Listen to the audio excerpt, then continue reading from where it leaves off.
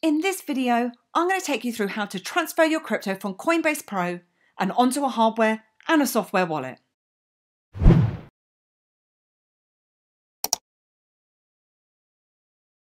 In a previous video, I showed you how to transfer your funds over from your bank with Revolut, then across to Coinbase and Coinbase Pro to trade and buy both Ethereum and Bitcoin with a limit order.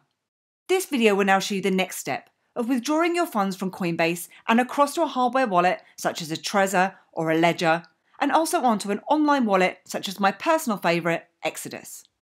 So let's jump into it. Well, firstly, over on Coinbase Pro, if I head over to Portfolios, and I'm going to be withdrawing some Ethereum. Now, in the previous video, you may remember that I had 15 Ethereum.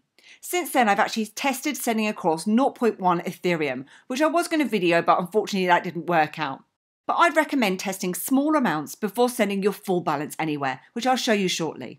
We're going to click onto Withdraw now. And if we select Ethereum, now you then have the option to either withdraw to a crypto address or back out to Coinbase. Now I personally wouldn't recommend withdrawing out to Coinbase. Basically, it's not a wallet where you have access to your private keys and therefore you have less control over your funds. So what we're going to do here is we're going to withdraw to a crypto address.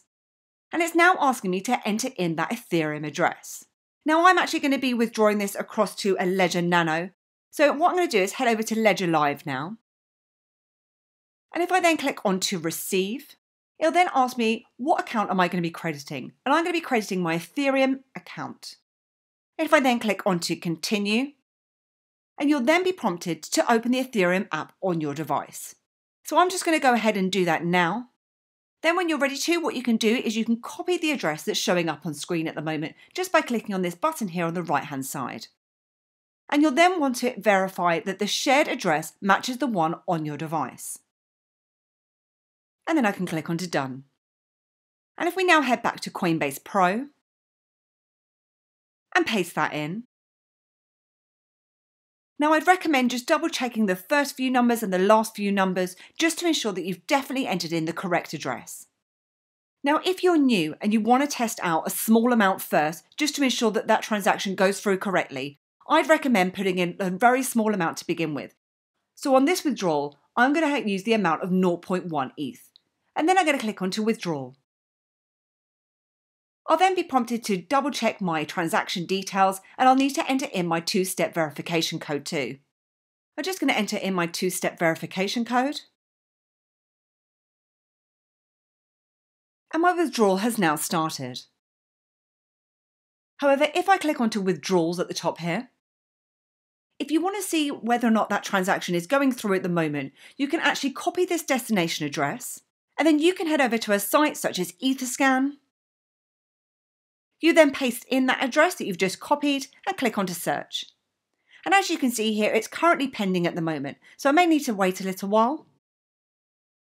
Now, if we wanted to withdraw our crypto to an online wallet such as Exodus, you'll find that the process is very similar. However, to retrieve your Ethereum address from within Exodus, you'll need to head over to your Exodus wallet, then go down to a wallet,